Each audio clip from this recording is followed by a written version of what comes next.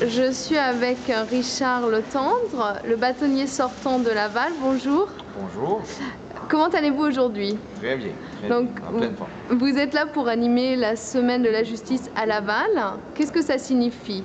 À vrai dire, aujourd'hui, nous sommes ici plusieurs membres du barreau de Laval pour une journée d'activité consacrée aux aînés de Laval, une activité que nous avons intégrée dans la semaine des rendez-vous avec la justice, qui est dans les faits une initiative du ministère de la Justice.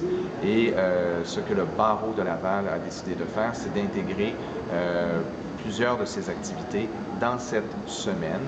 Et nous avons tenu notamment des procès simulés cette semaine qui s'adressaient aux élèves des écoles primaires et secondaires. Nous avons également tenu des ateliers d'information sur la conduite automobile avec faculté affaiblie, qui est un sujet abordé par un de nos procès simulés. Nous tenons aujourd'hui des consultations juridiques gratuites pour les aînés. Pourquoi pour les aînés, justement? Ça m'interpelle. Ça vous interpelle? Donc, à vrai dire, le barreau de Laval a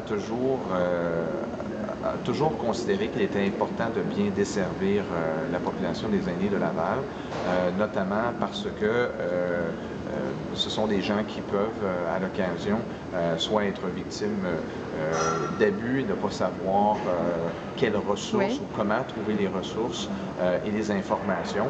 Et on considérait que c'était peut-être un pan de la société de Laval qui était peut-être plus vulnérable et qui avait besoin davantage d'informations à caractère juridique. Si je vous demandais 3 problématiques qui reviennent particulièrement pour les aînés. Pour les aînés, problématiques juridiques, évidemment.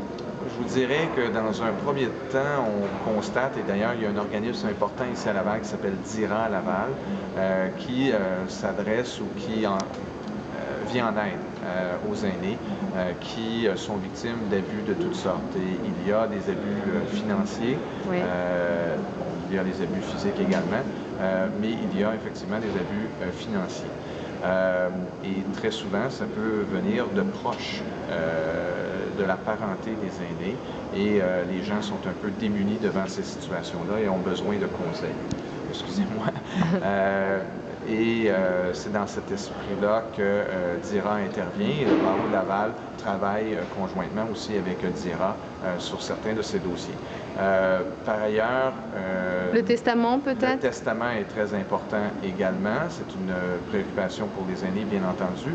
Et le rôle de l'avocat est là, où on est plus sur un rôle de notaire par rapport au testament?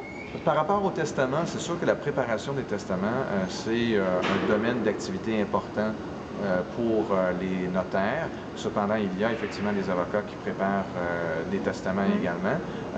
Mais ce matin, nous avons la présentation qui porte sur les testaments et vous avez un représentant tant du barreau que de la Chambre des notaires et chacun pourra informer les aînés un peu en fonction de leur spécialité et leur domaine.